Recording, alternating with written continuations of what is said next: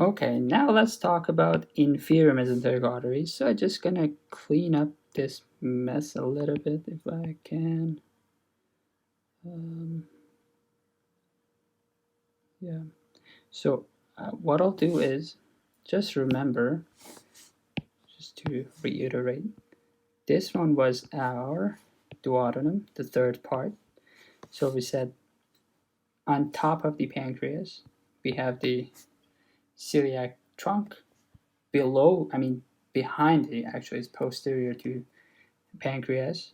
We have the superior mesenteric artery, which comes off between duodenum, third part, and the pancreas, and posterior to it is, of course, it coming from abdominal aorta, so it's abdominal aorta.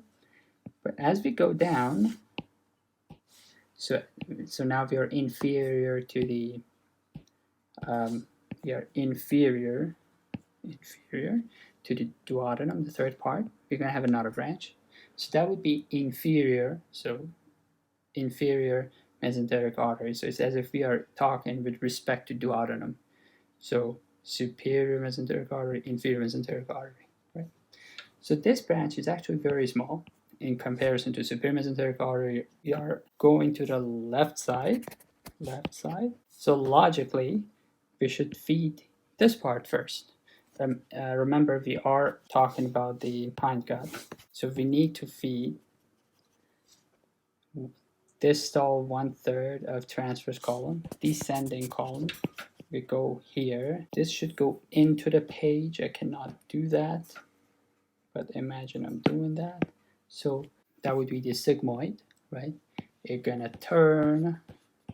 The sigmoid gonna turn, whatever, and make the rectum, right? Anal canal, whatever. So this is the inferior mesenteric artery. The first branch logically should go here, should feed this part, right? So we're gonna have something called left colic artery. Well, it's colon, that's why colic is left side, so left, so goes left colic artery, right? And you're gonna have two branches. So we're gonna have two branches. One of them is called ascending, and one of them is descending. So ascending gonna go up, descending gonna go down. See this part.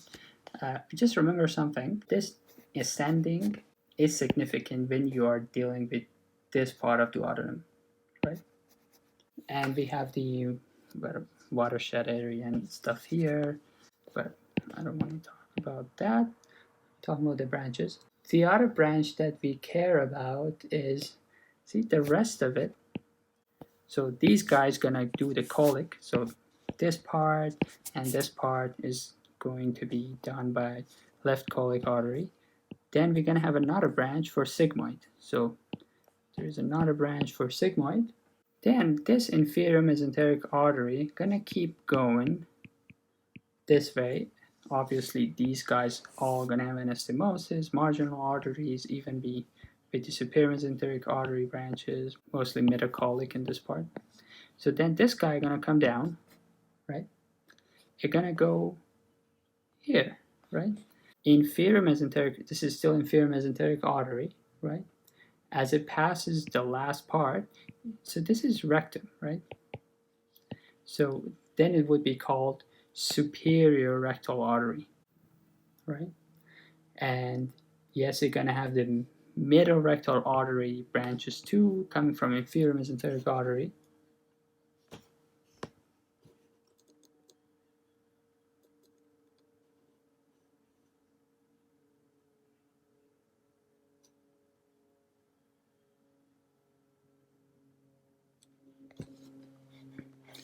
So we have the superior rectal artery is coming, so this is the superior part, is coming off of the inferior mesenteric artery. So this is inferior mesenteric, the superior part.